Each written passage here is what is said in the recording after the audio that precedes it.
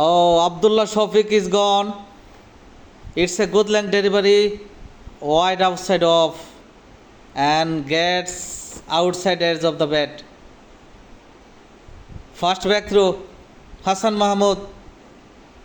Oh, Kurram Shahjad gone. This time clean bowled. Good length delivery, angling into the off stump, and it just top of the off stump. Once again, Mohammad Rizwan gone. It's a wide delivery, and the ball pitches and shapes away from the batter, and it gets outside edge. It's a comfortable catch for Liton Das. Once again, Hassan Mahmood strikes once again.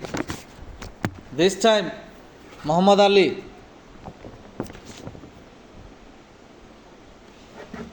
It's a big appeal and gone. And he goes for a review.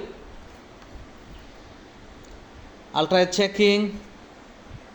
It's a bat first and then pad, and it's an out. Yes, it is.